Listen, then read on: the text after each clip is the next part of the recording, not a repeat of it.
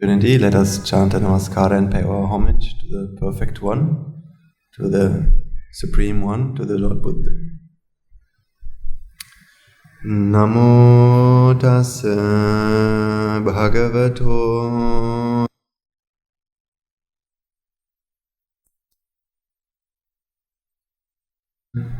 Namo tassa bhagavato arahato samma sambuddhassa Namo tassa bhagavato arahato samma sambuddhassa. So last week we didn't have the sermon because last week there was some weather some weather disturbances in the country, and actually last week on the same occasion there was something else that we had planned in the monastery to do, which was we had a big event planned to open many YouTube channels for many different languages. In total 26 languages that we wanted to. We have monks and nuns, anagarikas, who have learned languages. Some anagarikas brought languages from different countries. We have in a very international group, and each one of them had contributed some part so that we were able to start 25 YouTube channels in very different languages where we want to explain the Dhamma, this philosophy, to people. So everything was ready, we were planning, and the whole week we were having rehearsal after rehearsal so that everything was ready. We even had some ambassadors who had promised to come for this auspicious occasion. So this was like a once in a lifetime event, because when are you going to open 25 YouTube channels? When are we as a monastery going to open 25 YouTube channels for disseminating the Dhamma to the world? I think from there onwards what would happen is that simply we'll add a channel here and there whenever we have somebody new coming in, or whether somebody has learned a language. But in this case, so I was also involved. So that's why actually I would not have been able to come to this sermon anyways, because I'm learning 2 languages as well. Not newly, but I've always been learning them. One is Polish, which is something my mother has given me as my second mother tongue. Not that I really learned the language to the extent where I can speak German, but to some extent I can speak, and French, which is the first language that I learned in school. So I have been practicing the last few months, at least a bit every day. Given that we are all very busy at the monastery, it's a struggle to keep learning 2 languages at the same time, but I was asked to do this by my teachers, and I know, and I always try to remind myself that I'm doing this not to become someone, a famous person, someone who can show off to others.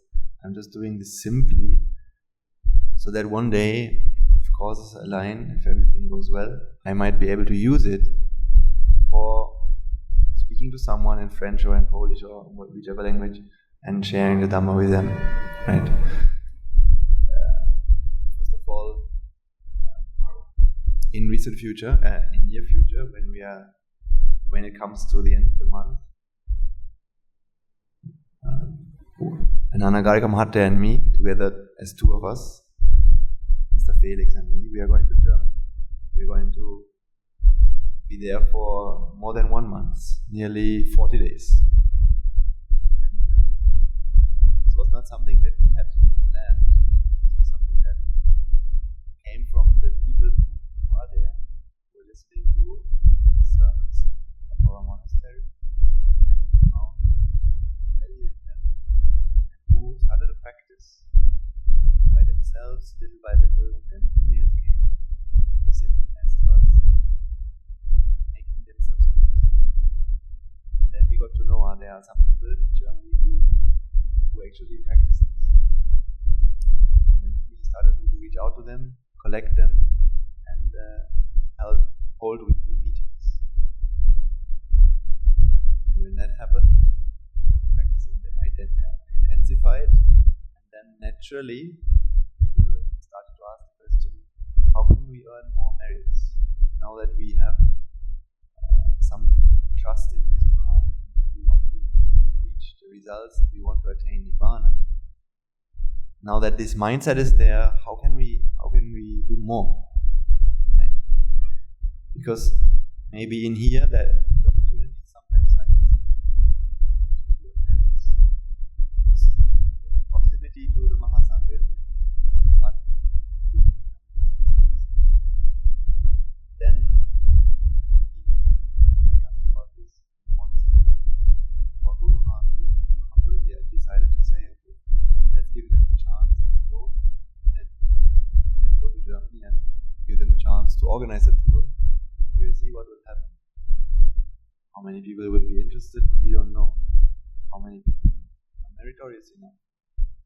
We don't know that. But anyways, it's going to be a great opportunity because everyone involved will earn merits. We are all, and we here as a family, we always have one goal, which is to attain Nibbana, to realize the truth, and for that we're doing everything, right? So whatever we are doing, however people are there or not, doesn't matter, because there are merits. We can only do our part, which is to align the causes or to have the right intentions. If the intention is to give Nibbana, then that is what we need to do, wholeheartedly. So, and then everyone benefits, right? So this is our plan. So when I'm going to Germany, also I'll be able to go to Poland. So I'm going to meet some of my relatives, and who knows who will meet our way. I think it's very unusual to see a Buddhist monk in either of these two countries, Germany and Poland. These are not places where you can typically see a Buddhist monk anywhere, neither on the street nor that you can go to a monastery nearby, because there's no such a thing. So people will be puzzled and surprised and curious to know what's behind this rope. Sometimes people might not even know that it has anything to do with Buddhism at all. So, we'll see how that happens, especially in Poland, because this is a country which has typically been very, very, very Christian, from what I remember. But in today's times, modern times, everything gets mixed up together. People sometimes we can have this impression that although people follow different religions, there's actually only one religion in this world that really people follow. It is the religion of sensuality.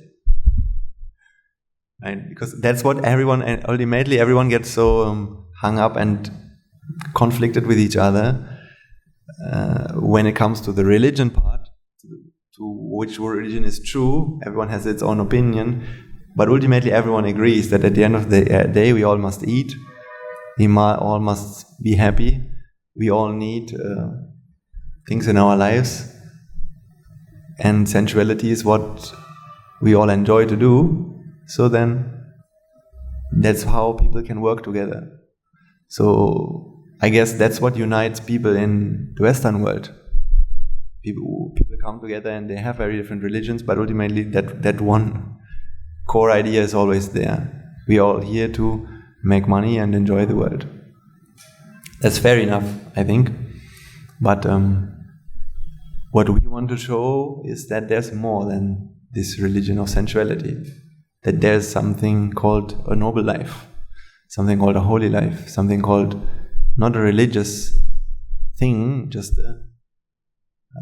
the truth, right? The truth that will help us to be free and be happy.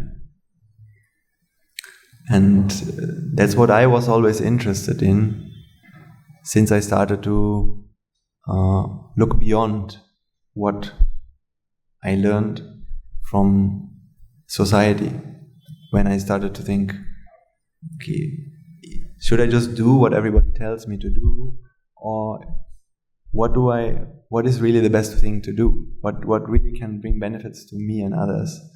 And sometimes it took some courage to go that path, because everyone has everything framed out for all of us, right?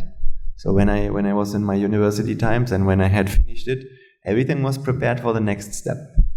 The PhD was already available. The professor had already booked me in, and then I asked the question, but what if I started later? Maybe 1 year later, how about that? Then people told me, you have to be careful, because if you have a blank spot in your CV, then that's going to be a big problem. It can destroy your career. And that is something no one wants to do. Destroying your career is very dangerous, because it always matters to us so much, doesn't it? What society makes of us. Of course, what we are in the eyes of society is very important to us, naturally. And I'm not saying that what we should do is just to stop caring about that. That's also not the right way. But it's also a kind of a trap, right? If our happiness depends on what others think about us, is that something good? Is it something we should be totally okay with that? Or should our happiness not be something that does not depend on anything, right? So, however, so when I started to think, okay, what if I'm going in this direction? So immediately you can feel the resistance. People were saying, no, don't do that. And then I had to decide, what should I do? Should I follow the path, the beaten out path, the path which everybody walked in front of me, and because it's like this. Wherever in nature many people walk, the path will appear, right? That was the path that was already made by the people in front of me. But the path that I had walked was not the same. It was a path that hasn't been walked much. I'm just talking about my decision to travel around the world and have a look what I can find. People try always looking for the truth and these things. So, anyways,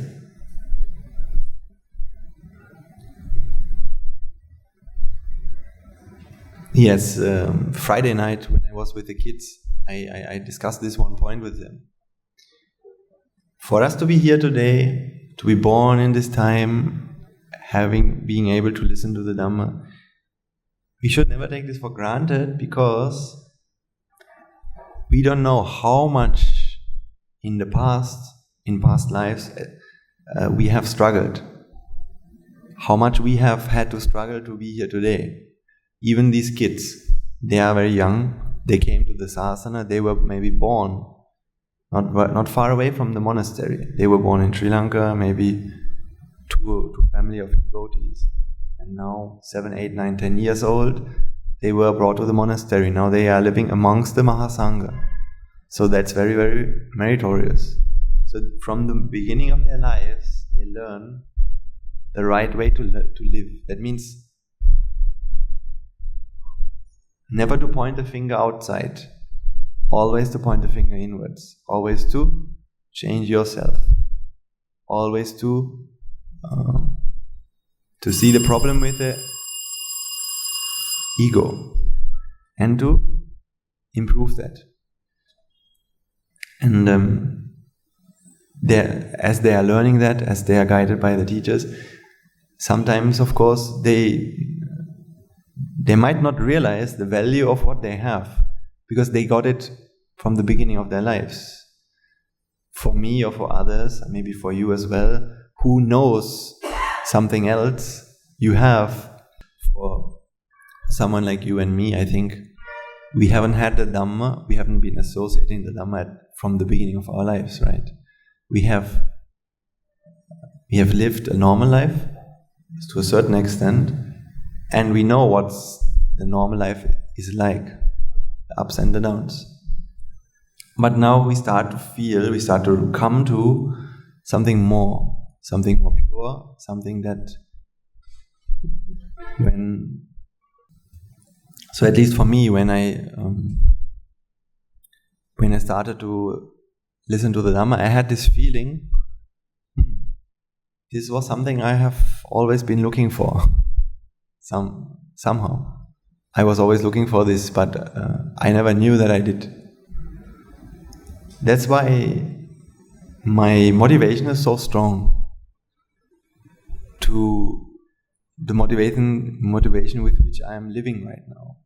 The motivation that gets me up in the morning. The motivation why I can bear little amount of sleep, a lot of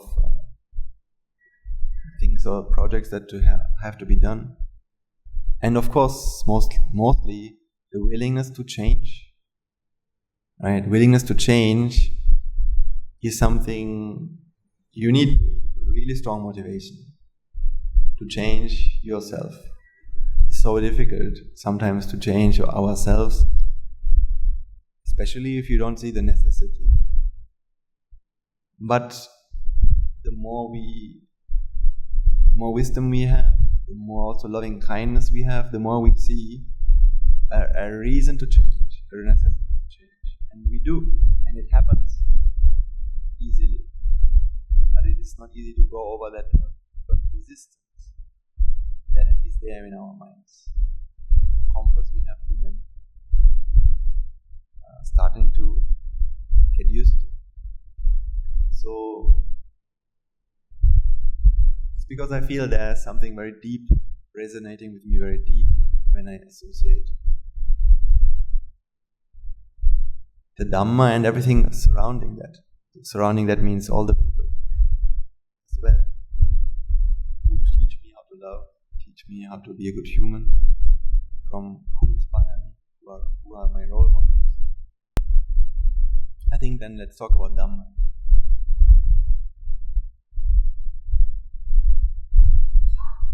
Yesterday I was meditating in our monastery. I have a belly mother where we're supposed to spend some time for every day, 1 hour, 2 hours. When I was there, I heard someone laughing very nicely, loudly. I won't say who, but someone was laughing. It was a monk. Not in any bad way. Simply, there was some people were talking and something was funny there. So, how do you feel when you hear somebody laughing? Laughing means you listen to people and they're laughing. Sometimes you feel maybe you want to know what they're laughing about. You want to know what they're talking about. Or sometimes we feel, what if they're laughing about me? It actually happens really quickly. Sometimes, especially if they are not explaining you what they're talking about. But anyways, see, there's a kind of a curiosity to know. This is a good example to understand one very important characteristic of our mind. An ignorant mind. An ignorant mind always likes to experience special things. Special things. What does it mean, special things? There's something funny there. I want to know what they're talking about. There's something funny happened, right? So that immediately catches our attention, right? Imagine there are many groups of people talking, but in one group of people, they are actually laughing. Which group would you like to go to? To that group. Because there's something special there. You see, our mind has a strong urge, strong wanting to experience special things. All the time. You can... the extent of this desire is hard to bring into words. But when you progress and if you understand more, you'll realize that. But this is something that we all suffer from. Our mind always likes to experience special things. And because of that, we feel boredom, right? What is boredom? Why do we feel bored? Because we are experiencing something, but it doesn't seem to be interesting enough. So it doesn't feel that special. We're looking for something else. We're looking for something else which is, of course, special as well. Different from what we have, right? This is a problem our mind has. All of our minds. Initially they have this problem. We can't be happy with what we have. We can't enjoy the present moment.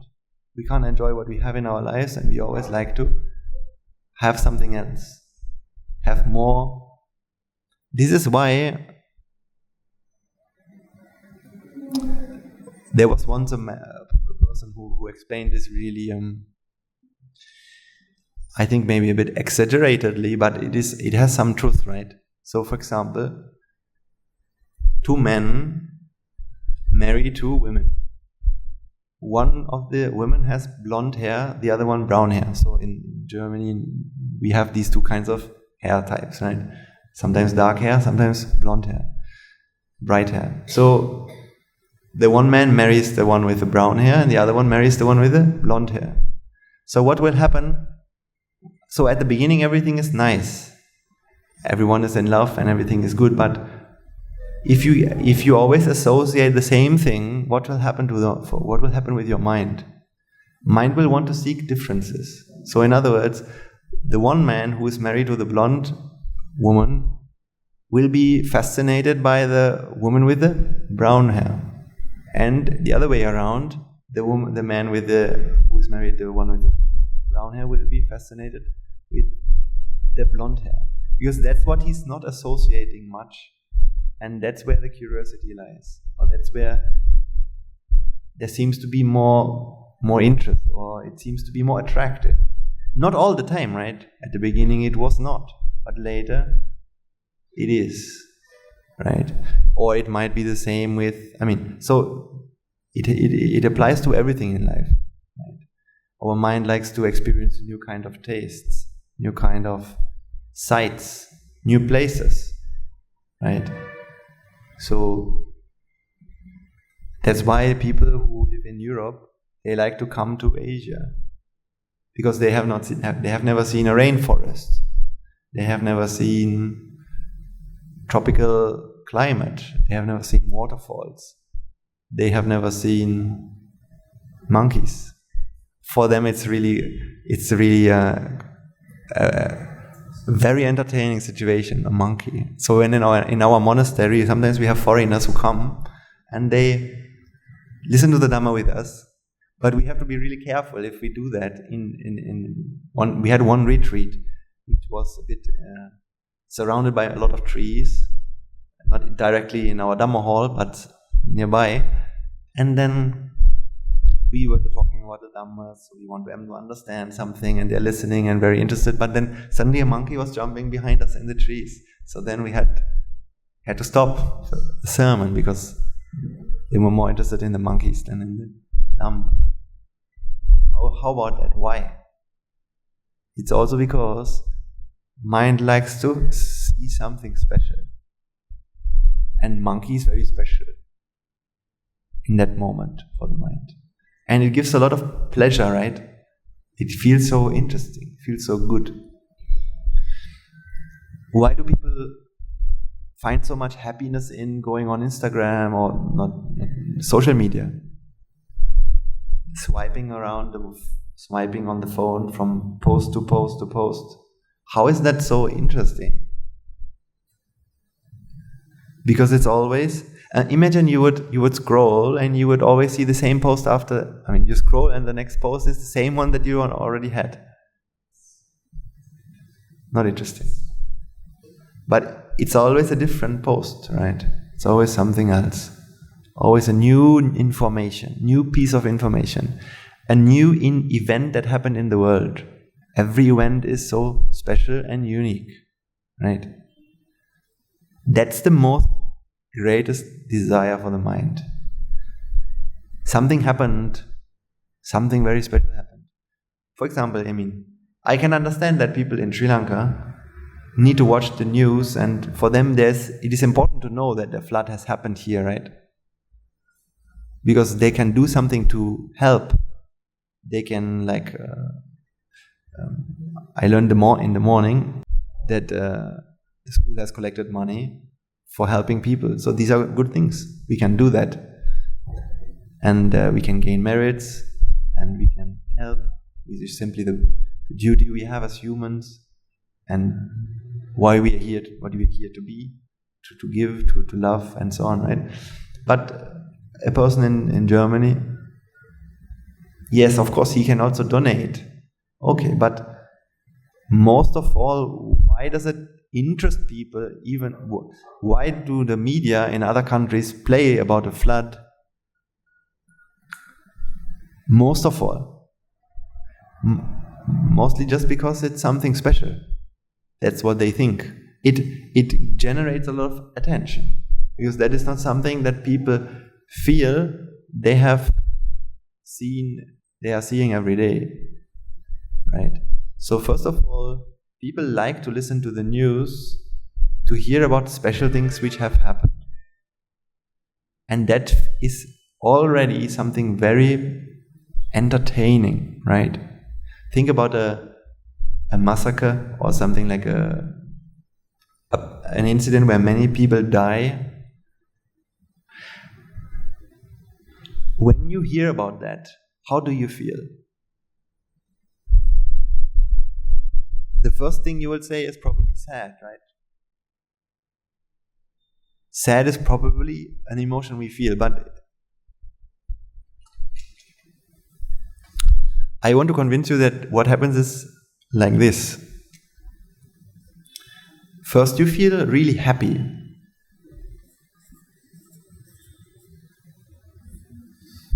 And then you feel really sad. The sadness is not your first reaction. Happiness is there. Happiness is not. Happiness means pleasure.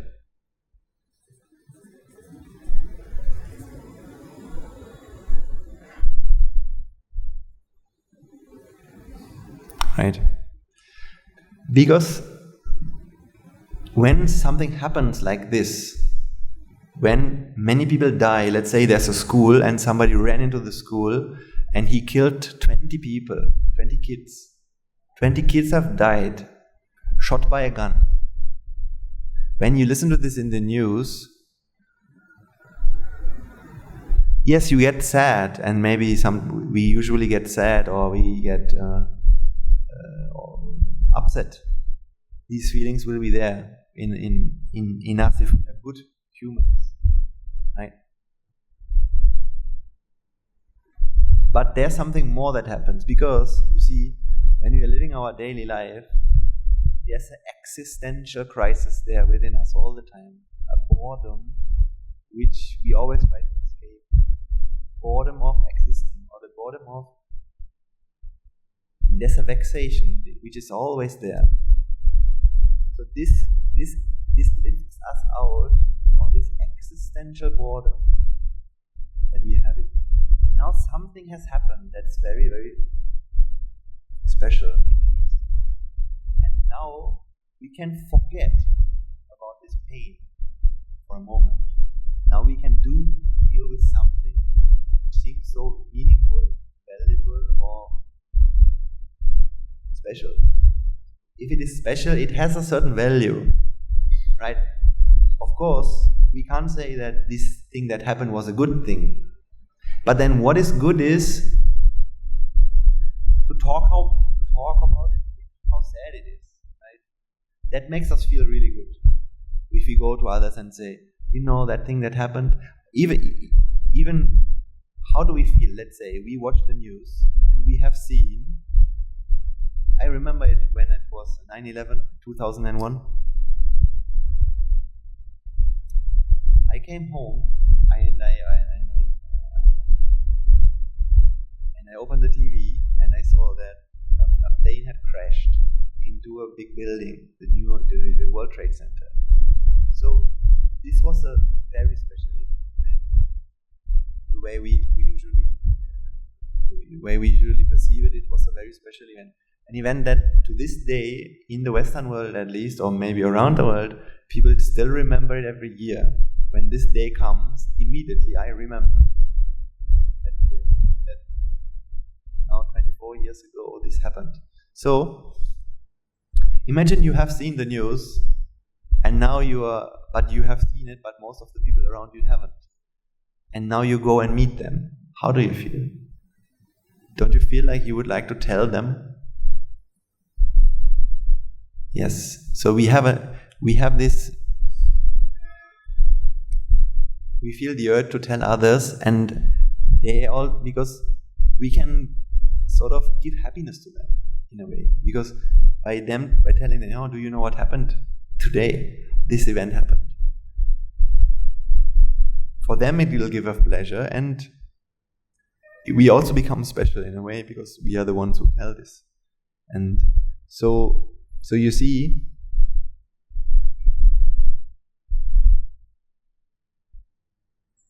my teacher once gave this example.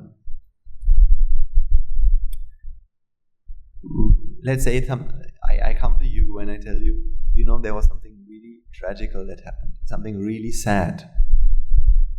Now, if this news that I'm going to share with you is sad, what are you going to get out of it?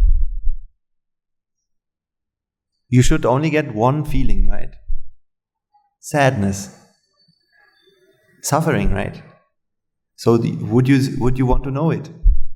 If that's the only thing you get, then you wouldn't want it. But before you get the sadness, you get something else. So even if I tell you, there was something really sad that happened today, do you want to know? Will you say yes or no? I think we would say yes, right? We would say yes. Nevertheless, that it is a sad thing, what is it? Because first we have curiosity.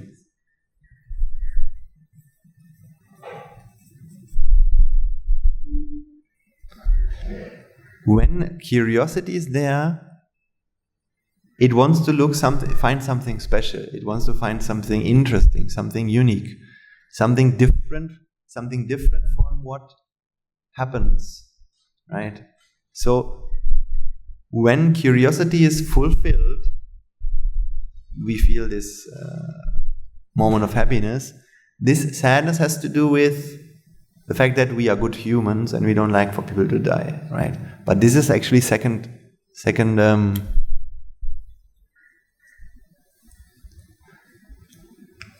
level.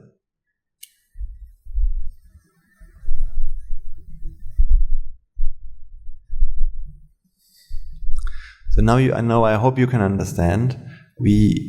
Our mind is always looking for differences, special things. Similarly, my experience in the Valley Madhur, in the monastery, laughter was there, and immediately the feeling is, or the interest is, what are they talking about? So let me drink some water, and then I will explain you why it is important and how to come out of it. understanding this is important. Why? You see, all our emotions that cause suffering, fear,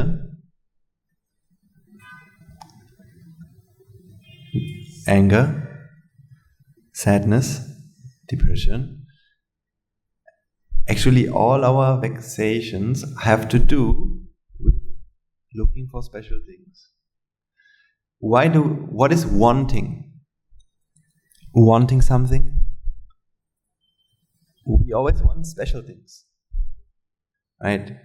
We want cake, we want music, we want to see a mountain, we want to see the sea. Our mind is, so that means specialness is something mind really wants. And because of that, we are vexed, our mind is vexed. And most of all, of course, the feeling of me, the feeling of existence, that means I am there, is also one of these things, right? To feel that I am there and I'm also something special, right? That's what we usually feel. Do you feel like this? So it is even hard to explain in words. We always feel I am special, so me can't be found anywhere else, right? Me can only be found here, not anywhere else. This fan can only be found here, not somewhere else. This pen is also unique, right? So this is the feeling we have, uniqueness. Or for example, why do men want to marry a woman and the other way around? Because it's based on the idea that it is something very different from me, right? It is something, again, unique. That's what it is based on.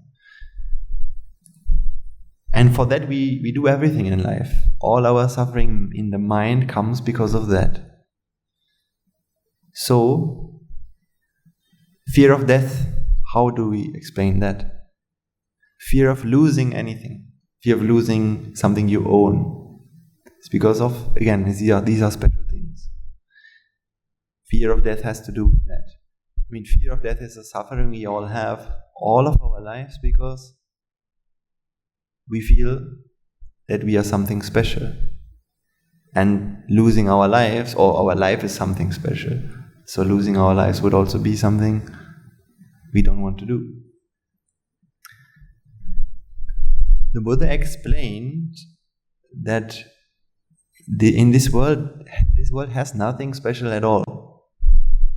This world has nothing special. There's no special things in this world. Right? Actually, recently our Guru Hamra explained this. When we're talking about specialness, there are two levels.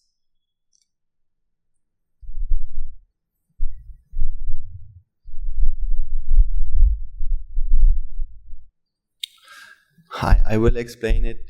I will call it special and special. Okay.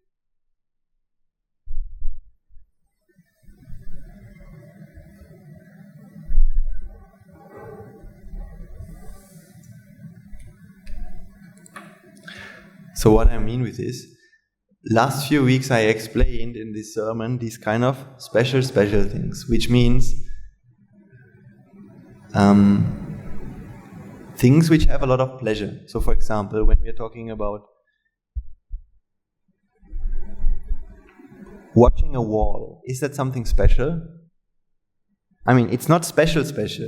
That means we don't feel that looking at a wall gives us happiness. We don't feel it as a pleasurable thing.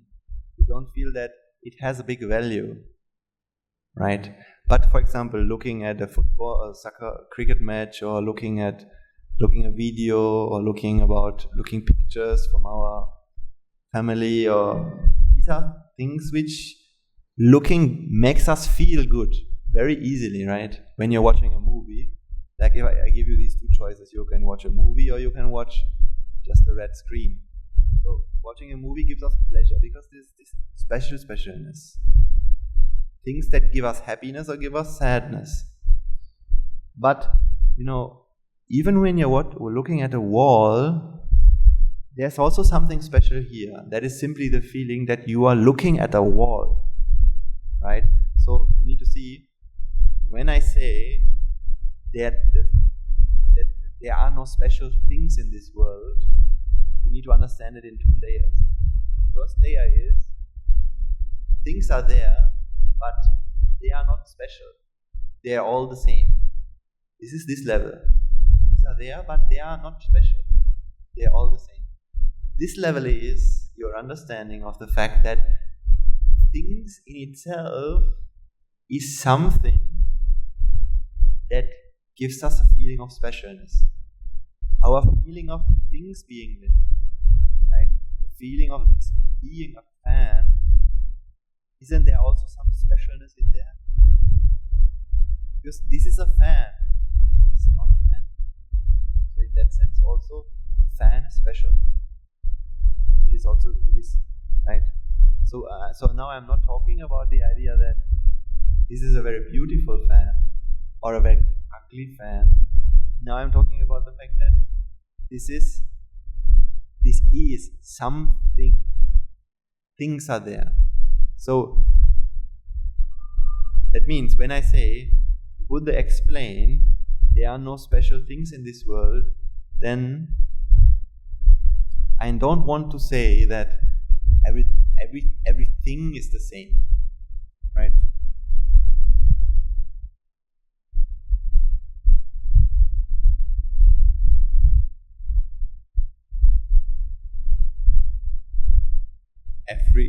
Everything is the same, or everything has the same value.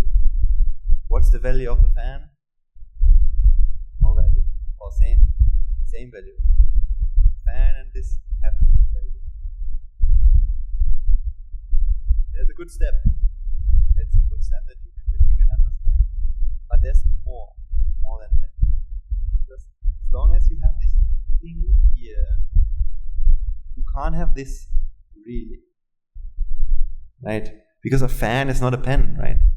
How can we say that? So in that sense, the Buddha didn't want to say that everything is the same, as in that there are things and they're all the same. What he wanted to say is that what you can find in this world is only manifestations of causes. Right? Which means, now I will try to explain that this is not something created. This is not created and done. That means there are a lot of causes in here. They haven't created a fan, but it's still in a process. Right? So, for simplicity's sake, what are the causes? Here, there's a piece of, there's some kind of a paper which is being bent, okay, and there's a thread, null, let's say. These are the three causes. Now, is this fan made out of these three causes, or is what is here these three causes? Is it made out of these three, or is what is here these three causes?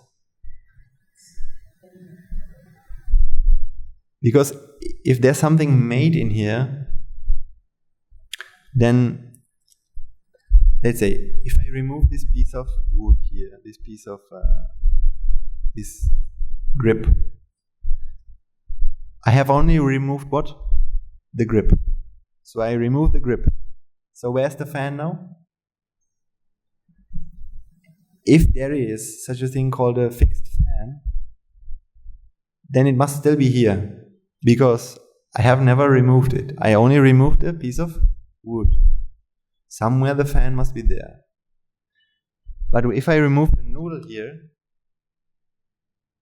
have I removed the fan at all? No. So then fan must still be here.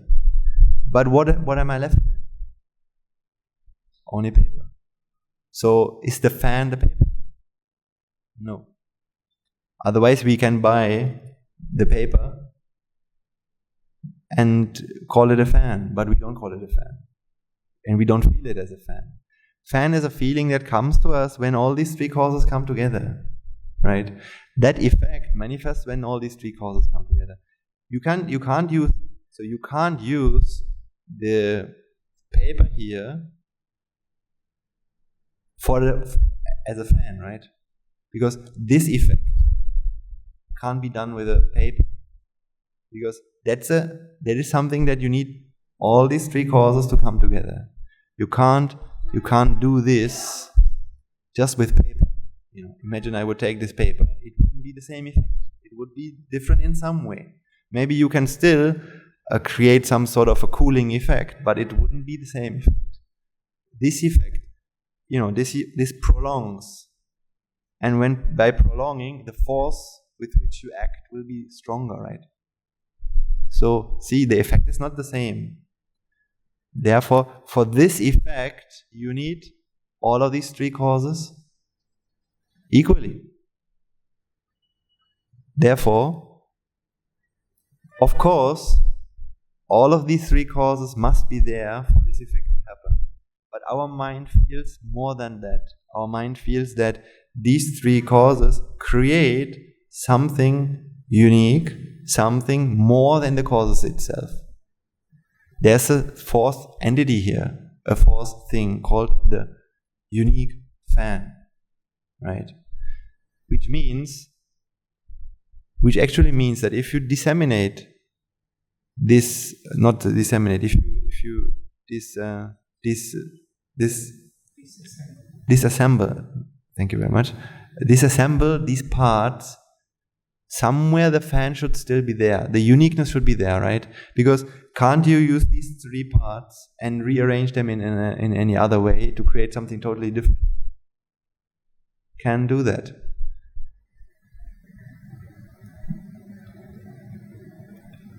But then, if you can rearrange these parts to form something completely different, without any trace of the fan being here, then was there something created? I will give you another example. Let's say you take a piece of plastic. Let's say you have something called an oven, or a place where you can burn things. Or let's say you have a room in which you make a fire. So you bring this piece of plastic into that room and you start burning it. Now, what did you bring into the room? A plastic chair and fire. Now after 2 hours you go inside. What do you find? Molten plastic. And that's it. So where's the chair now? The chair that you brought in. And you closed the door, so the chair didn't walk out, right? It never came out from anywhere. So where's the chair now in the room? Because if you put a chair inside, then it should be still inside if it hasn't walked out, right? But when you go in, it's no longer there. So then the question is, did you bring a plastic chair inside, or was what you brought in simply plastic in the form of a chair? Plastic in the form of a chair means that this plastic takes the shape of a chair, but this is not something created. This is still in the process of happening. Not that it's in the process of becoming a chair, it's becoming. Not becoming something, it's happening, right? It's something that happens. the way it's happening, we perceive as a chair. Or that is the effect that manifests. But this is not something done, created. Something like that. That's why if you apply energy, you can rearrange the causes, and you won't have. It should be something like this. If you're melting the chair should drop out, and the plastic you can use to create something else. But does something drop out? No. Or I'll give you one other example. I think maybe I even gave this before, but this is also yesterday our Amadasana Thero in Mahadeshana, he explained this point, a similar point, when he was talking about a candle. So in this case, I will use the darkness of the room. Let's say you're in a dark room. This darkness of the room, right now the room is dark. Is this darkness something created? Something unique, something fixed? Because if that's the case, now if you turn on the light in this room, if you turn on the light, then what did you added something into the room, right? What did you add? Light. You added light to the room. So what should you have in the room now? Darkness and light together. But is it like that? No. Because the only thing that happened is the causes were rearranged for a different effect to manifest. And the way the causes were arranged previously was what we perceive as darkness. But now that the causes have rearranged, we perceive it as light. So darkness was not created. It was a manifestation of causes. Otherwise, darkness should still be there. And what you should have to do, then you should need to remove the darkness manually. That means you turn on the light. So then you should have two switches. The light on and off switch, and the darkness on and off switch. But how many switches do you have? Only one. Right. So you see, these are just some examples. We can take more examples, but give us the idea that this is not made out of wood, paper and thread. This is only, what's here is only wood, paper and thread, and their combination. The combination is here, and what we see is the resultant effect of these three causes. So that's what we need to understand. So then that means nothing in this world is created. Everything is only a collection of causes. Then is there anything special in this world? That means when I was listening to this monk laughing, he was in a kuti, so I didn't see him, but I had heard a voice. There's someone laughing. So immediately this curiosity comes. What are they talking about? Then you want to go inside and listen. What's going on? Tell me, what's happening? So you want to know what happened. But then if you think about what's really in the kuti, what's really there,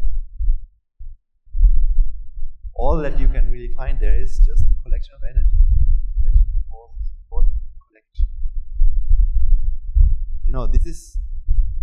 This is a big trap. Actually, when I was traveling around the world, I saw, for example, in some cultures, when women go on the street, they are normally never showing their hair. So when I was in Iran, for example, it's like this. I told the story before, I think, but now I'm telling a different point. Usually, you never get to see the hair of women when you're on the street. That's how the tradition is. It's just a convention in society. It's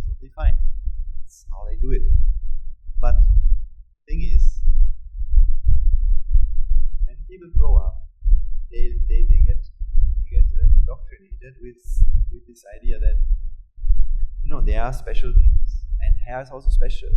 Hair is unique. So of course, the curiosity is there, for example, for a man to know, what might be behind this cover, right? So again, in order to know that, and the one who knows is what? Let's say I'm living in such a society, and I have seen the hair of someone that usually no one knows how the hair looks like. Doesn't it make me special? The one who knows is also special, right? Because I know something others don't. So imagine, for example, if I were to tell you, last week I went to the president of the country's president's residence. I was there and I looked around his house. Don't you feel curious to know how it looks like? So I'm special because I have been there, you haven't been. And that president is also someone very special because he's the leader of a country. So you see? But in order to know this special thing, people go a long way. People are willing to sacrifice a lot, right? In order to marry, how much effort do you have to put in? Because in order to get something to be married with that person, you should also be someone special. So you need to get an education. You need to be good looking maybe. You need to have a good CV and everything like that. And you need to maintain all these things in order to get this. So there's a lot of suffering involved in satisfying this need for curiosity. So,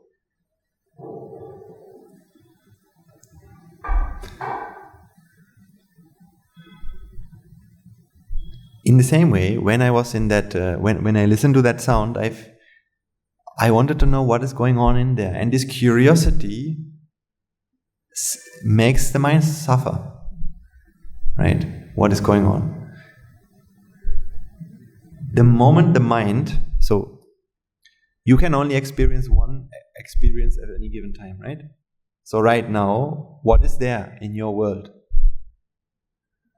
In your world right now is what you see in this case, or what you hear, or maybe a thought. But this is your world at this moment.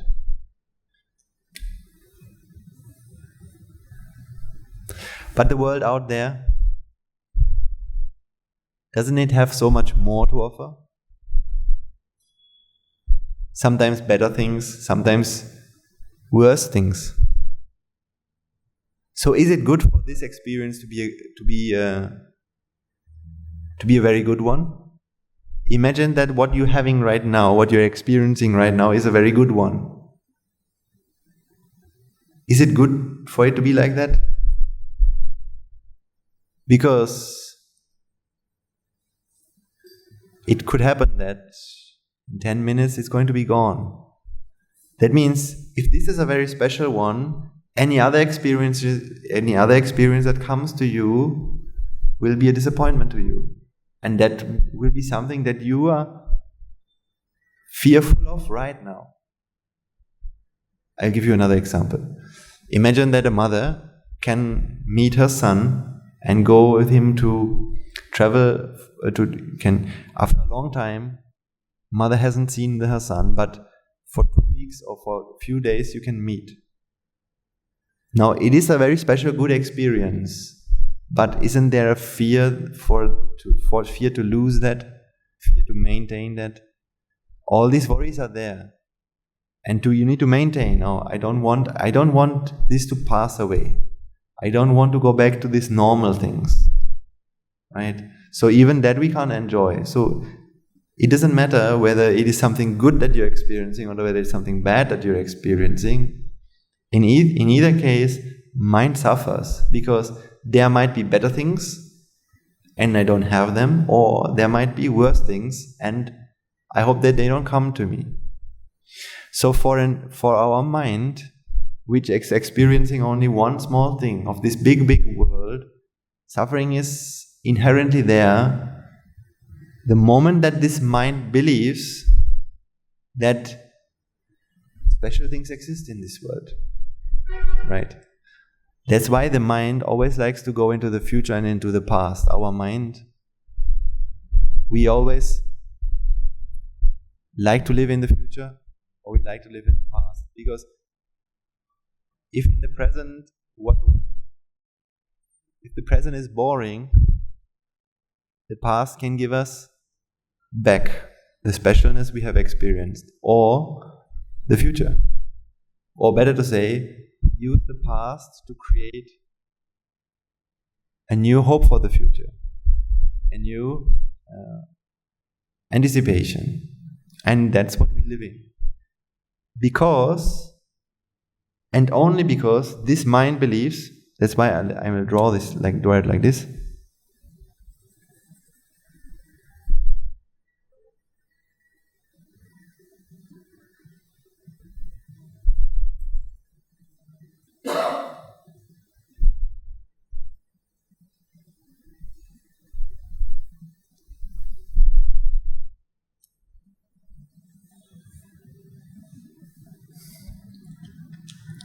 So I drew these rings, or this second line on top to illustrate that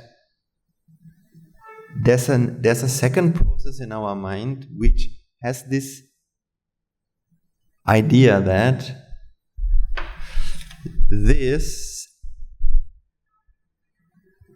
or better to say that in this world special things exist.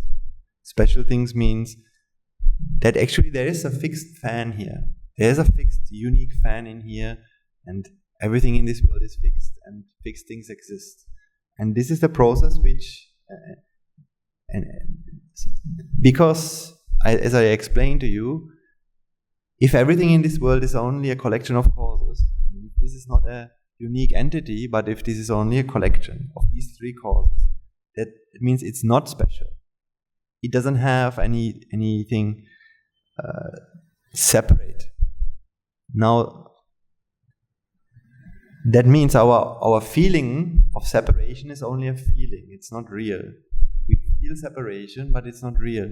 And this is how it happens, because of a process that happens in our mind, right? Which leads to desire, wanting, suffering, fear, anger, and all these things. So you know how this process, how we usually call this process? Do you know the name? For this urge to experience speciality? Wanting, yes, it's connected with wanting, but this one usually we call jati.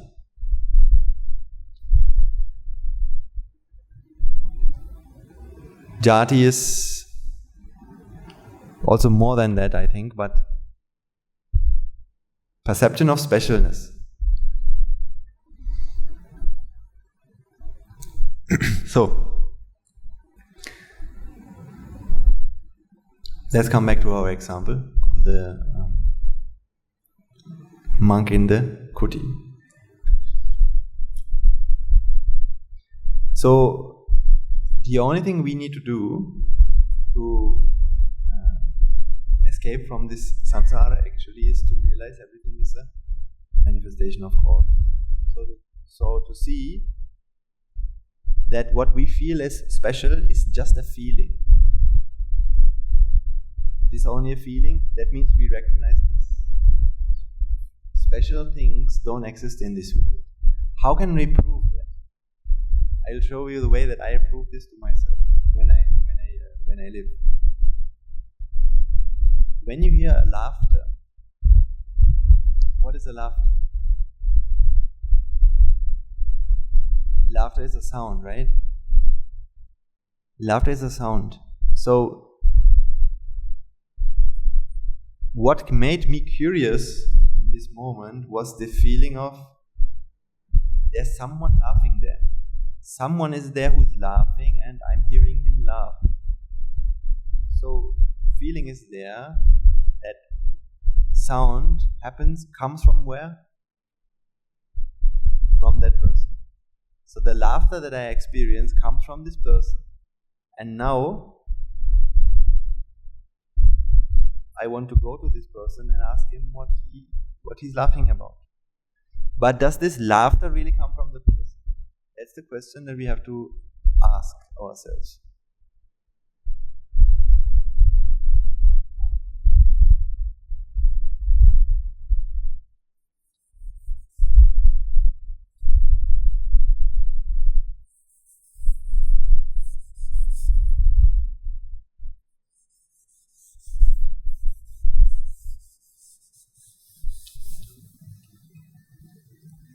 Because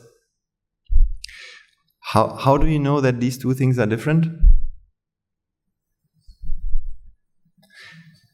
The differences we feel happens because of colors, sounds, taste, touch and smell and thoughts.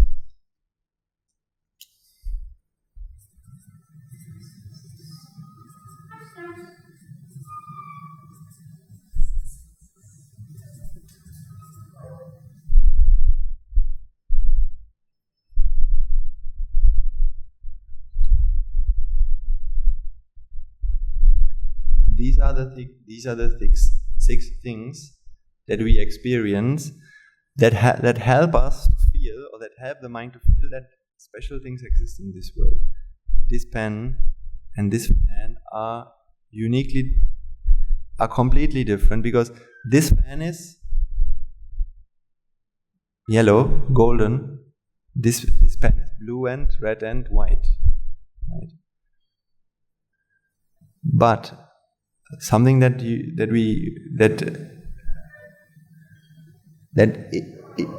so our mind has this feeling. I'll write it down. Our mind feels colors exist in the outside world. Colors comes from object.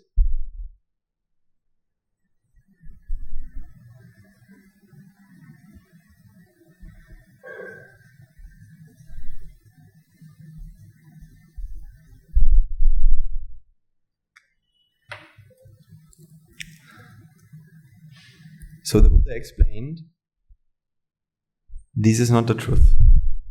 Colors, sounds are not things which come from the outside world. Does that make sense? I'm going to explain you why it happens. Colors, sounds,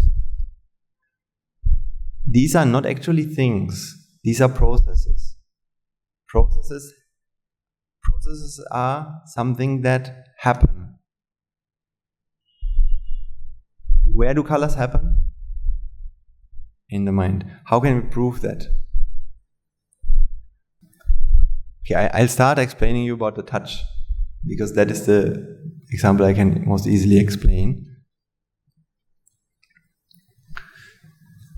When we touch when you have a stove, when you're cooking something, you have a hot plate when you're cooking something on how do you call this thing? Where you put it on top of it. The heating plate. Okay, let's call it a heating plate.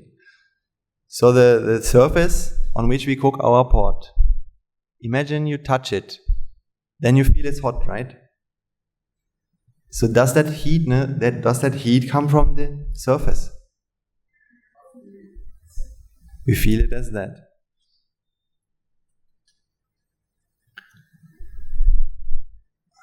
The thing is this, does our finger feel heat? Does your finger feel hot or cold?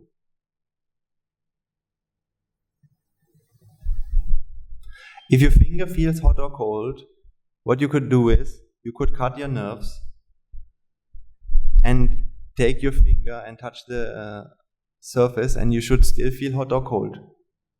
Does it work? No. So the finger can't feel anything, right? Because you need the nerves as well. Likewise. Therefore, the feeling of hot or cold can't happen in the finger. It must happen somewhere behind the nerves at least. Right? So, therefore,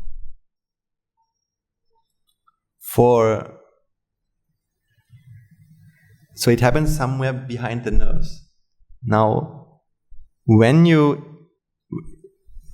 touch the plate, at that moment you feel heat. Let's say it happens somewhere in the brain, right? The heat, the feeling of heat happens in the brain. But when you touch the plate,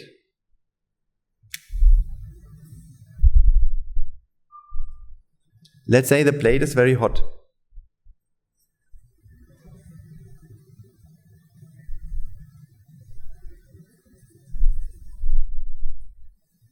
And this is the finger.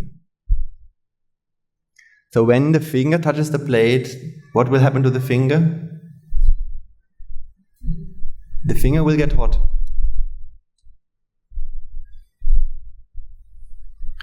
But does the feeling of heat happen in the finger? No. Does your brain get hot when you touch the plate? No, the brain doesn't get hot.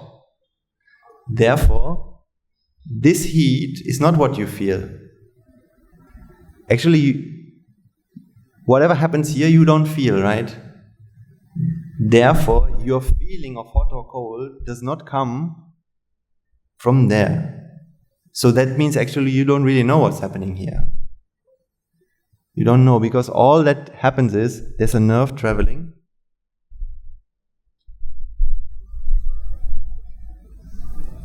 That nerve doesn't have anything more than just the electricity, just a current. Because of that, I mean, I don't know, but the most intuitive example that works for me personally is to understand that if you swap two nerves in your brain, for example, the nerves connecting to your finger with the nerve that's connecting to your visual center, where seeing happens, when you change these nerves, imagine you touch something. Now what will happen? You will start seeing something, right? Because if that nerve doesn't go to the touch part of the brain, but it goes to the seeing part of the brain, the color will happen, right? So by touching, you see something. That means touch can't be something that you experience from the touch. In here, nothing is generated other than just a contact of material. Right? So, in the same way, there are many more examples we can give. For example, for colors. When people get drunk, what happens? Suddenly, how many pens are here? Now you say one. If you drink too much alcohol, won't you see two? You'll see two. But did anything change about this?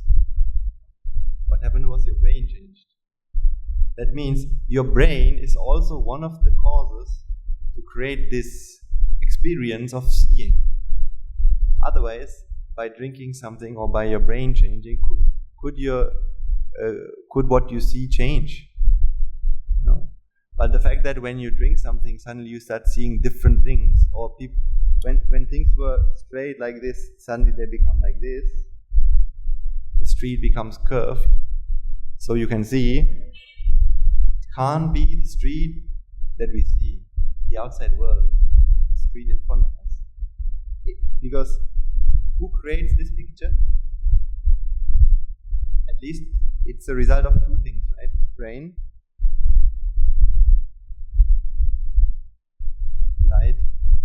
light and eyes.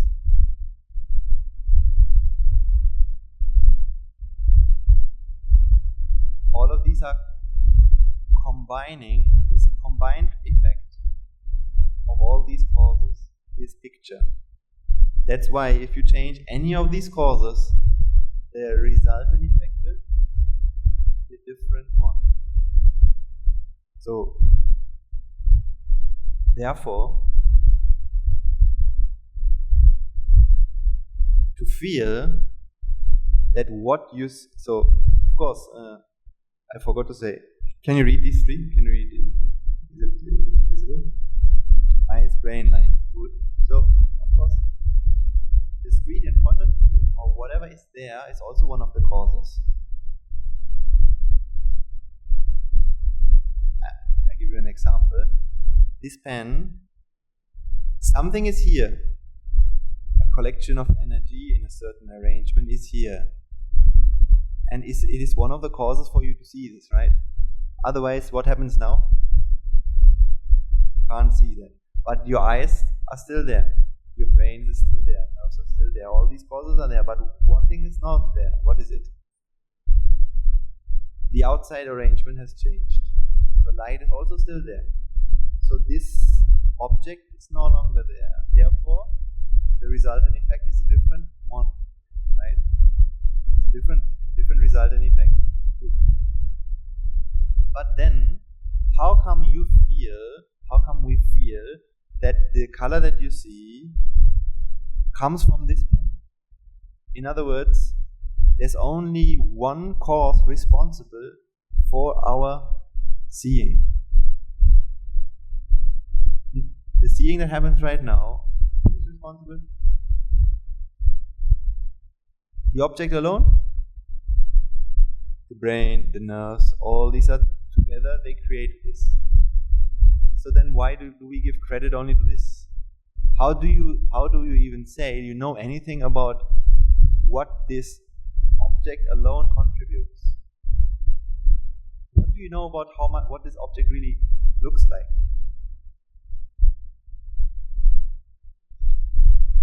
Another simple example would be, imagine this object is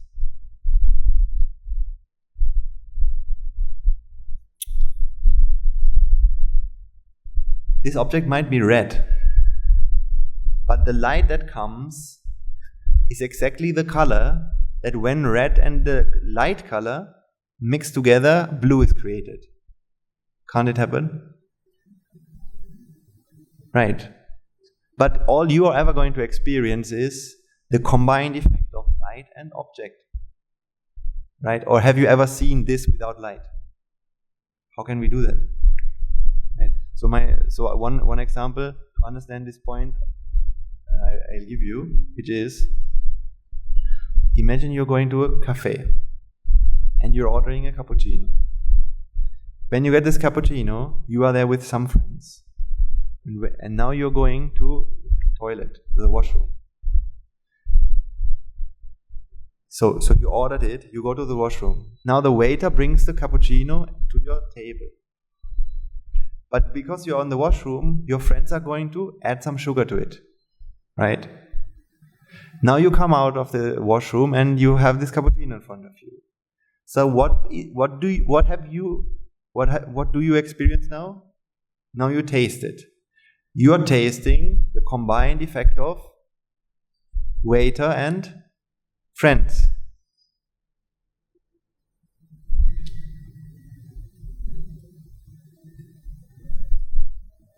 Whatever the waiter has brought you, maybe the waiter brought a horse. But what your friends did is, they took the horse outside and they brought a cappuccino in, right?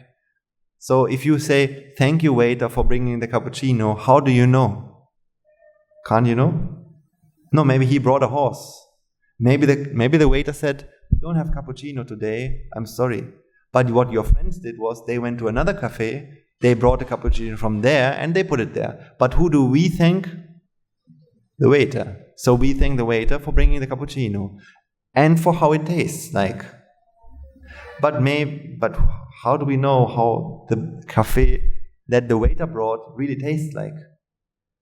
Maybe it was really not pleasant to drink at all. But what the friends did is, they added the sugar and now it tastes good. So can you say that the friends added that? Can you give credit to your friends? No, because what they did is that they only added the sugar. Sugar is not what gave the taste. Sugar is not itself enough. Because without the cappuccino, or without whatever the waiter brought, also it wouldn't have happened. Right? So for example, imagine that in one case the waiter brings a cappuccino, but it's not tasting really well.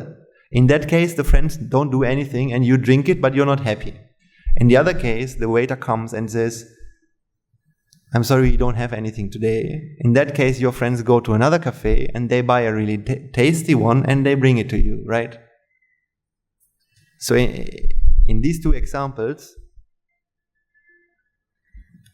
can't we be happy for the waiter not to bring the cappuccino? Somehow, yes. So, I don't want to make it more complicated than it is. I hope you got the point. What you experience is waiter and friends together. You don't know what the waiter did. Maybe he brought an elephant.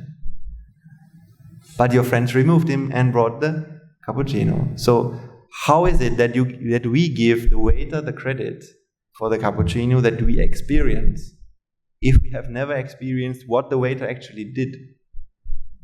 In the same way, how is it that you give this pen here credit for the colors that you experience when this is something that not only the pen has done, but many causes together, right? Now you can see the pen that you see can't be, this is not what's out there. What you see is not what's out there. This is only a perception, or this is only a feeling. So that means this is not true.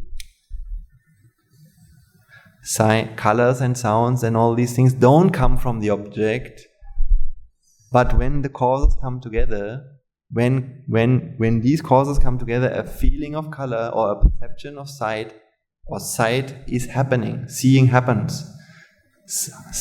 Hearing happens, tasting happens.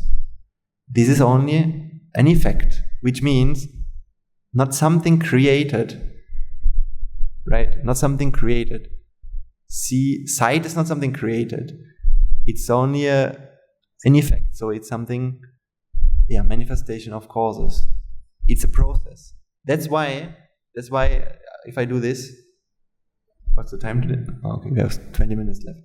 So, right now, this seeing is happening in your mind. This seeing is happening in your mind. Actually, I can't say it's happening in your mind, but it is happening, and that's what we call mind. There's no such thing called my mind. This is my mind. And somewhere in that mind, seeing happens. No. When the causes come together, where they come together, the effect manifests. And that effect we call mind. Beyond this effect, there is no mind. Because mind is not something fixed. It's not an entity. Mind is a process. That means what you see here is a meeting of causes. When these causes meet in this way, we call it pen. But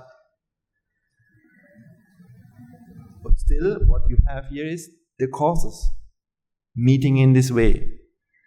So that means if you remove the causes, so that means actually, if you, let's say this pen goes empty and there's no more ink inside, can you now say that this is a pen without ink? Can you say there's a pen there but it has no ink? Or isn't it simply, what's here now is the plastic cover and the clip. This is what's there. So the effect is not pen, but in another one. But what do we feel? No, there's a pen here, but it has no ink. So therefore, I will fill it up with new ink. I will fill the pen with ink. But if that means there's a pen existing and I'm filling it up. But if pen is simply the causes meeting, then there's no such thing called a pen. But the ink and the clip and the cover is what we call pen. So you can't fill a pen. You only add ink to the existing, or better to say, the pen is what manifests when clip, cover, and ink come together. The resultant effect, right? So similarly, mind is not something fixed as well. These are processes. Seeing is happening. That's why if this seeing is something fixed, this color is something fixed. If there's a color created in your mind, if this blue color, if this is something created in your mind, now even if I remove this, you should still have it with you. Is it still with you? When you see this. So now you understand that this redness is not here. But is it something created? If it is created, and I remove this, you should still have it with you, the color. If your mind is an entity and it can contain, store colors, now it's created within you, so now it should still be with you. But is it? No, because all that happens is, color is happening, this is happening right now, and now it's happening in another way. So, or the causes come together in another way. Because once the causes rearrange, the effect will be a different one. But there's nothing destroyed that was there. Because there was nothing created in the first place. Just like I tried to explain this example of the darkness and the light, and this is not created. That's why if you take this piece and you disassemble it and you put it on the table, or you stack it up like this, you put this paper on top, you might get something completely different. So where's the fan then? It was just a manifestation. This is how the causes meeting in this moment. You can say something like that. So why we are talking about all of this theory now? So I am just trying to explain the contemplation or the realization with which you can escape from this feeling of separation, which is the reason why we the reason. Because once you realize, this sound, I feel like the sound comes from the kuti, from these people. Just like you might feel that what the sound that you're listening to comes from my mouth. There's a monk here whose sound you're listening to. Then you start to deal with the monk. Now you have an affair with the people in this world. Even if they're laughing, you want them to tell you what they are laughing about. And if they do, you like them. If they don't, then you might not like them. So now you start dealing with people when all that nature really gave you was actually just a vibration. And the sound was something created in your mind. So that was never given to you. When you recognize that, then you will not give credits to the object for something that it has never given you. The sound came never from the object, so you would not give credit to it, because you know that is only a combination of forces or just a condensed energy. Because there's nothing special in this world. And then you'll be okay. You'll be okay because there's no reason for you to want to know what's going on there. So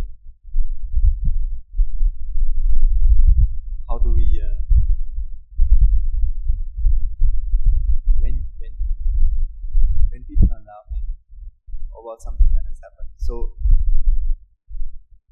I will explain you an example. Sometimes people laugh when someone, this is nothing to do with the monastery, this is just from my memory when living in this world. Sometimes it's funny when somebody burps, right? Isn't that also something special? Yes, burping is special. Why? Because that burping happens here, or farting, it has something special because the smell is there and the sound.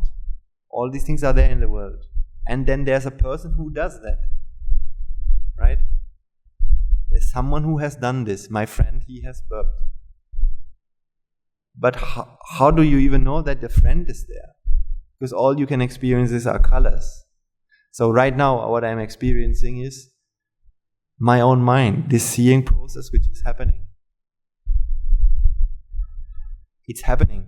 So these colors don't come from somewhere. So how is it that our mind feels there are a few people in this room and I'm talking? How do I even know that how can I even claim credit, or how can this mind, who deserves credit for the sound, for this sound that's going on right now? If you are not mindfully aware, you think, I'm talking right now. I'm talking and this is my voice. But this voice is just a product of nature, completely from the causes which are there. Because this body as well is just nature. None of these things are special, none of these things belong to me in any way. Just electrons and protons. And the way that these causes come together is the effect. Actually, the voice that you hear is not the voice that I hear. As you know, if you ever heard yourself, have you ever recorded yourself and listened to yourself when you listen to the recording? You will see that voice is not the voice that you listen to normally, right? When you hear yourself speaking, you listen to yourself differently than when you record yourself on a speaker. Because, now what's your voice then? The one or the other? The voice that you're experiencing is not the voice I'm experiencing. Actually, all of us, we're experiencing a different voice. There's no common voice in here creating all these voices. These are just individual effects. Causes come together there, and we call it sound. Depending on how the causes come together, then that is an effect. In here, there's only a vibration, right? So from that point of view, you could even say that this whiteboard is also listening to me, right? Because although it's not a mind that's arising in here, doesn't the vibration also create some sort of a effect in here? Yes. That's not hearing, but it's some sort of effect, right? So that's why you can't say what's really going on here. More than it's just a vibration. Similarly, now how can I feel that this is my voice? This is a voice. This is the voice that's manifesting in a mind right now. And that's all. That means it's all nature. Have you ever listened to this voice before?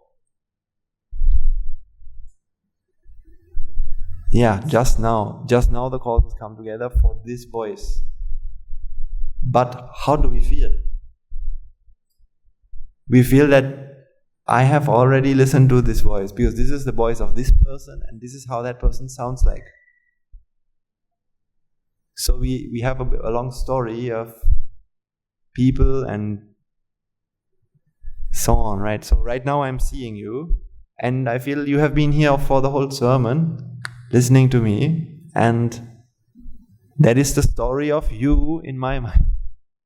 Because this mind likes the story. It likes the story of all these kinds of individuals. But if this is only a sight, I mean, these colors that you are seeing right now here, this color, have these colors been there for 1 or 2 hours? No, just now, it's just an effect, right? So then how can you say that the person that you see has been talking to you, or that even you see a person whose colors you see? You don't know anything about what's really here. And now you realize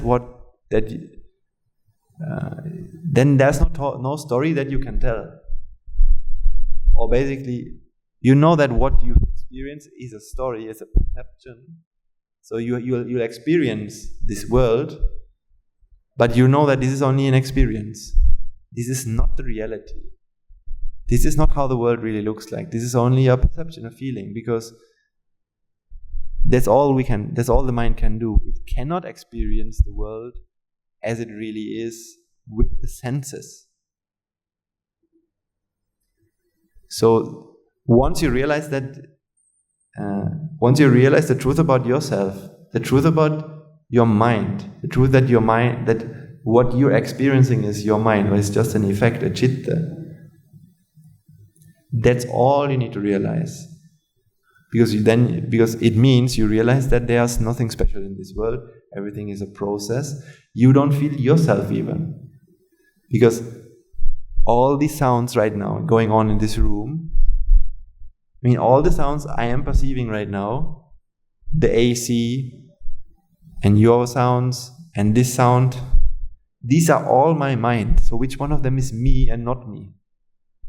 No, these are all the mind, the perception. So how can I feel that this sound is something that I am doing and this is something the AC is doing? No, these are all things happening in the mind right now. So then you no longer feel that you are talking. Do you know the freedom of knowing, the freedom of realizing that it's not you who's talking? Can you imagine the freedom, the bliss of not feeling you are the one who's talking? Because you will not blame yourself for anything that happens. You will not love yourself for anything that happened. How can you feel that you have said something really good? You have said something good.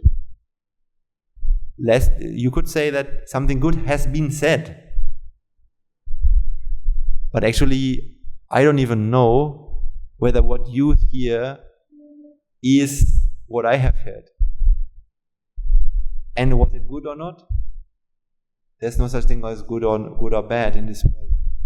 Good or bad depends on people or the mind's views. So something good has been said. It's only a perception, isn't it? If the views are there that this is something good, that mind feels it's good. Another mind feels it is bad. It's not in the words, and words are not entities which travel. So these are very deep concepts. We're just scratching the surface today. We have the liberty of deep concepts. So I'm making use of that. So you see, if a mind realizes that these things don't come from an object, that realization will change, will not lead to such a mind, but it is just a mind like this. That means this mind perceives I can't say perceives the world. This is a perception happening. Perception happens, perceiving happens.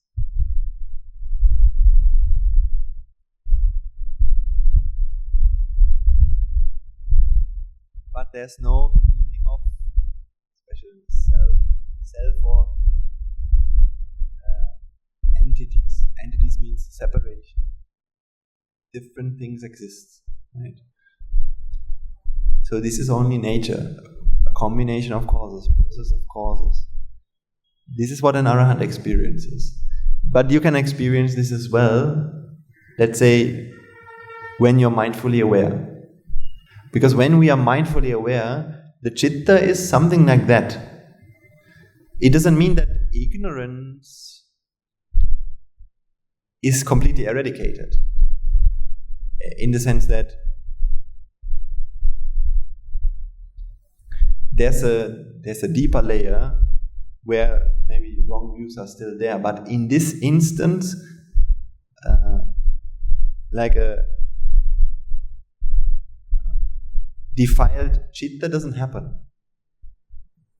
right? So we call it suppressed. Defilements are being suppressed. So in this moment, there's no vexation happening.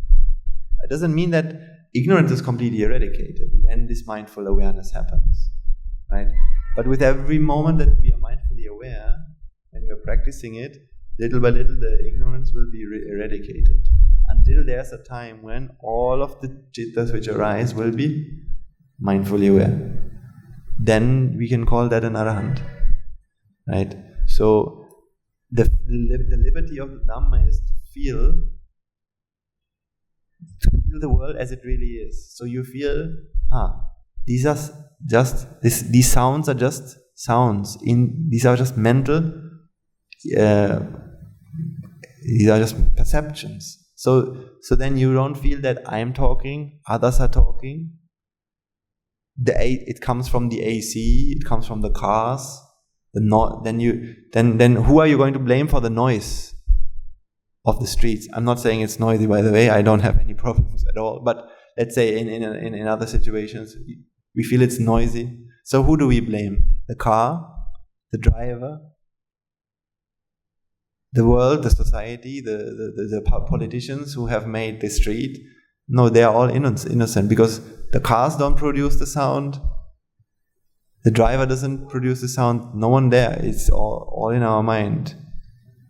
And it's not a disturbance even. Disturbance also happens in our own mind. When the mind creates this fixedness and creates these expectations. Otherwise, everything is the same.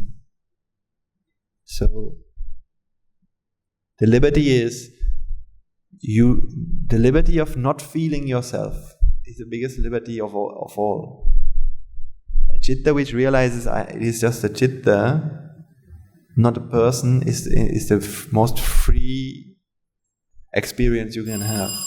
Because whenever our mind feels personhood, being, existence, that is the biggest trap. Because now there's something you own. You have a voice. So, what if this voice will be sick? What if this body will get sick? And you feel you have an origin. You are German, Sri Lankan. You have a religion, you have a big story, and you have things you like, you have things you don't like. And then there will always be people that are like you, people who are not like you. So the people who you like to be with, the people you don't like to be with, and all these problems will exist in that experience. But then otherwise you are just a mind, and you can't associate other people. So everyone that you meet is yourself in a way. It means the experience is the mind, is your mind. Conventionally we say your mind, that's the perception. You have never met anyone out there. And therefore who can you blame? How can you hate anyone? Because you would hate only to yourself. That's why Jesus and Buddha said, or when the Buddha said, Akojimang avadimang ajinamang ahasime yetang naupanai hanti verang tesang nasammati. So he blamed me, he accused me.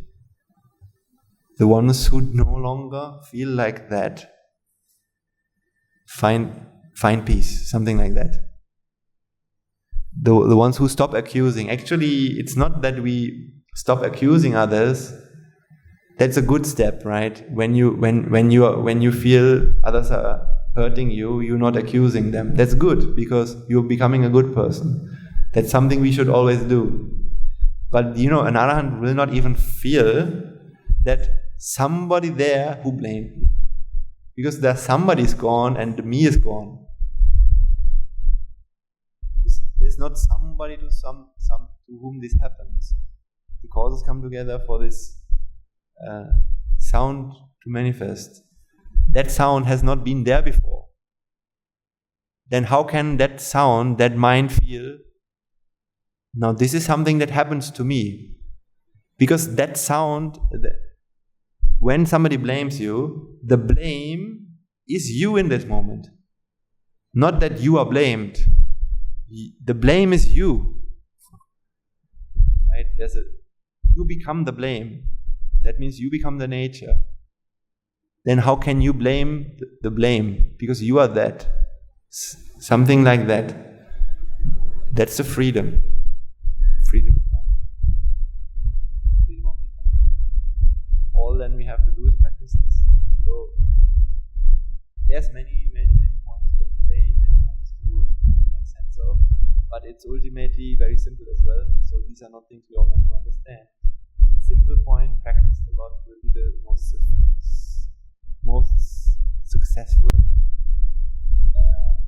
approach. But I tried my best to give and understand from all sorts of directions how it works. So actually I just explained for 2 hours one moment of mindful awareness. My practice.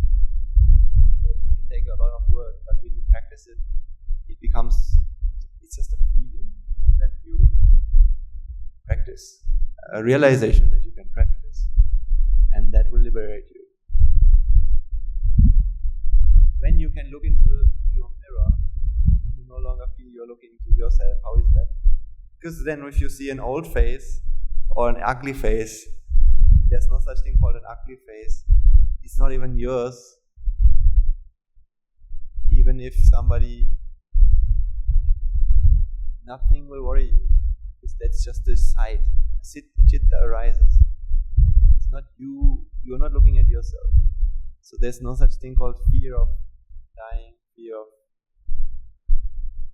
somebody hurting my face.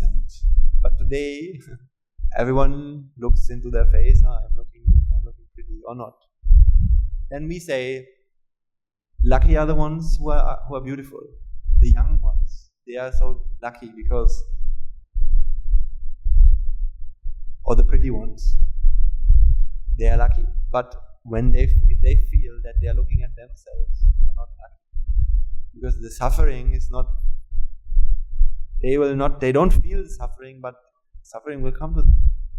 And actually they suffer because if you feel that you have a face, then people can hurt you by destroying your face. You have to maintain that. What others do to you, whether they are throwing any acid into your face or I don't know, whatever.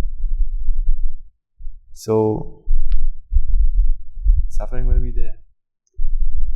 Otherwise, no suffering. So that's it for today. Thank you for. These are very valuable experiences because when we contemplate on the Dhamma, now this was an opportunity for all of us to contemplate it. So everyone follows along. I mean, when I'm listening to a sermon, yes, I can associate the thoughts of another person and how he has thought. That's good, but it gives me an opportunity as well to run my engine of making sense of these things. How do I understand this? How does it work? And here. And then I gained a lot from this. Not just knowledge, but deeper insights as well. And then when I go out into the world, I experience the world completely differently than before. And by doing merits, I start to be able to apply these things more and more to every situation. And then my life changes. So when I compare, when I came to the monastery and I started teaching the kids in school, and now I see the big difference. Now I can practice mindful awareness in school. So I can teach while being mindfully aware. Then that is the biggest achievement. Because you no longer feel that you are teaching, you don't have problems with the students. Because whenever you see students, you suffer. Because then they are not doing what you ask them to do, and then they want to read books, because that is a mind looking for separation. If it wants to read books, that is more interesting to it at that moment. So then we get angry or upset or impatient. Why is it doing that? He should do the math. He should do the exercises. And then we are vexed. And then we put this vexation onto the kid. And then this kid, actually it's not a kid, it's a mind with sense of self, feels hurt, feels demotivated, feels bored, and will go to the other path. And otherwise you will realize this is a mind, it is ignorant, therefore I need to make it feel important, make it feel valued, show it some success by what it can do, because small success is the path to happiness, right? When you are going to Nibbana, you have to achieve success after success. I mean, that's how I would say my own path happened. I think, first, to a certain extent, it is mundane success which you find. Not necessarily like things like money or professional success or anything like that, but let's say when you're doing good, there's success in that, right? In what you have been able to accomplish for others. Aren't these things which make us feel really, at least, glad about what we have done? I mean, there's nothing to regret. We can be happy. Okay, this was not a waste. There's there's a saying in our monastery at Dakineyu days, always the announcement says, no act of kindness is ever wasted, right? So these things will be good. But then from mundane success you can go to supramundane success. By your ability to contemplate, by also your ability, of course, by your ability to render a service to the world, to others, by the way you interact with others. So every success we should rejoice and we should see it, no matter how small. And being happy about that gives us the energy to go another step, right? Go another bit more happily, not because we are like dragging ourselves to Nibbana and hopefully it will come soon enough, otherwise I can't bear this anymore. No. It doesn't matter whether it comes soon or not. But if you're waiting for it, that's a problem, right? If you're waiting for it to come, then it will not come. But if you are not waiting for it to come, but you just dissolve yourself in the act of serving the world with mindful awareness, that means you know, Nibbana will happen to you before you even know it. But we are failing in this point in a certain way, right? Because Nibbana is already there, but we need to raise our qualities, and this Dhamma helps us to do that in a way that the Buddha wasn't able to do. When the Buddha was a Bodhisattva, he didn't have the Dhamma to associate to purify himself, so that's why it took so long for him. But with the Dhamma, that purification can be much quicker, because this is the most potent weapon, anicca, dukkha and anatta, to purify our mind. Good. Then let's share our merits. Let us take a moment to transfer all the merits that we have acquired today by making offerings to the infinite virtues of the Noble Triple Gem, by preparing this event, offering flowers and betel leaves and playing Pavada and offering alms to the Mahasangha and various other meritorious deeds, and most of all, listening to the Dhamma.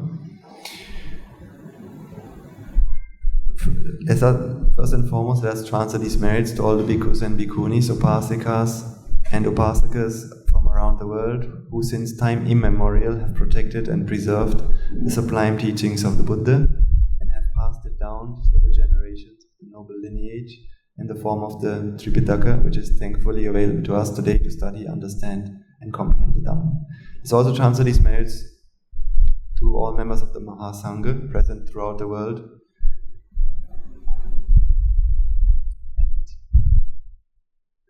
all the prelates of all of the chapters who have dedicated their lives towards the noble path and have committed themselves towards the betterment of all sentient beings. Let us not forget that among them are the monks and nuns resident in your local temples and nunneries who have always been by your side through thick and thin, come rain or shine. Let's also translate these merits. The Guru Swamini Hanse, as well as all the monks resident at the monastery, as well as the Anagarika and Anagarikas attached to the monastery. Let's also translate these merits and express our gratitude to all those who make great efforts to disseminate the teachings of Buddha, be that by transliterating these sermons and sharing them out with others or inviting others to join them. Many of them have been born in the lawful plane, may they redeem themselves, be born in the blissful plane, may they abstain from the deeds, fulfill the meritorious deeds, fulfill the noble eightfold path, and attain the supreme bliss of Nibbana. Sadhu, sadhu, sadhu. Let's also transfer these merits to our devotees, friends of the monastery, for the sake of merits, continue to sustain the Mahasangha. Let's also transfer these merits to each and everyone who is involved in making this sermon possible.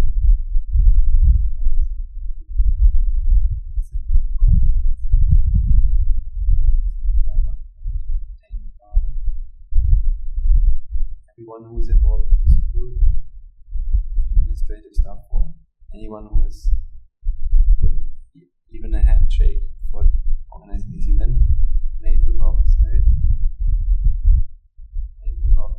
they be healed of any physical and mental ailments, and overcome any obstacles to spiritual progress, and abstain from the unmeritorious deeds, fulfill the meritorious deeds, fulfill the noble eightfold path, and the supreme bliss. Sadhu, sadhu, sadhu. Let's also transfer these merits to our mothers and fathers, husbands and wives, brothers and sisters, sons and daughters, grandparents, uncles, aunts, cousins, nephews and nieces, our elders, friends and acquaintances, lawyers and friends, all those who helped us, all those who assisted us in any shape or form, may through God these merits progress, may they abstain from the unmeritorious deeds, fulfill the meritorious deeds, fulfill the noble eightfold path, and attain the supreme bliss of Nibbana. Sadhu, sadhu, sadhu. It's also transferred these merits to the devas and brahmanas, spirits and demons, primarily as well as all the numerous gods and deities who are committed to protect the peace and Bodhisasana. It's also transferred these merits to our guardian deities who keep a watchful eye over us and keep us out of harm's way. May through the power of these merits prosper in divine power and wisdom. May they abstain from the unmeritorious deeds, fulfill the meritorious deeds, fulfill the noble eightfold path, and attain the supreme bliss of Nibbana. Sadhu, sadhu, sadhu. Let's also transfer these merits to our ancestors, to all those who have deceased us, all those who have been family and friends to us in this infinity long journey in Sansara. Let's also transfer these merits to all members of the armed forces as well as the police forces who sacrificed their lives to protect the peace and harmony of our nation. May all those who lost their lives in the war, be they friend or foe, rejoice in the merits we've acquired today. Let's also transfer these merits to all those who lost their lives in natural calamities such as tsunamis, earthquakes, landslides, and pandemics, reminding ourselves that among them will be those who are friends to us in this infinite long journey of samsara. May through the merits born in the lawful plane, they redeem themselves and be born in the blissful plane. May they abstain from the unmeritorious deeds, fulfill the meritorious deeds, fulfill the noble eightfold path, and attain the supreme bliss of Nibbana. Sadhu, sadhu, sadhu. Finally, let us all resolve that, may through the power and blessings of all the merits we have throughout the day, we be able to witness the advent of many hundreds of thousands of arahants on this blessed land. And finally, let us all resolve that, may through the power of all the merits we have today, you and I and everyone who has helped to make this program a success, become an Aratana Hanse and Arat Mehinin Hanse in this very life itself and in the era of God and the Supreme Buddha itself. Sadhu, sadhu, sadhu. Now the Mahasangha will transfer their blessings to you. Raga ginnin midetva, dvesha ginnin midetva, moha ginnin midetva, Nibbana parama sukhayan sukhita tara vednva. Nibbana Parama Sukhayin Sukhita Dharavetva Mamada Sialu Loka Sialu Satnvayo Nibbana Parama Sukhayin Sukhita Dharavetva Nibbana Parama Sukhayin Sukhita Dharavetva Nibbana Parama Sukhayin Sukhita Dharavetva Raga Gini Niveva Dvesha Gini Mohagini Niveva Nivan Sapalabheva Nivan Sapalabheva Nivan Sapalabheva Tunuruange Subhyasi Ananta Mahaguna Milen Siala Loka Sila Sattva Nibbana Paramasukhin Sukhitara Sadhu Sadhu Sadhu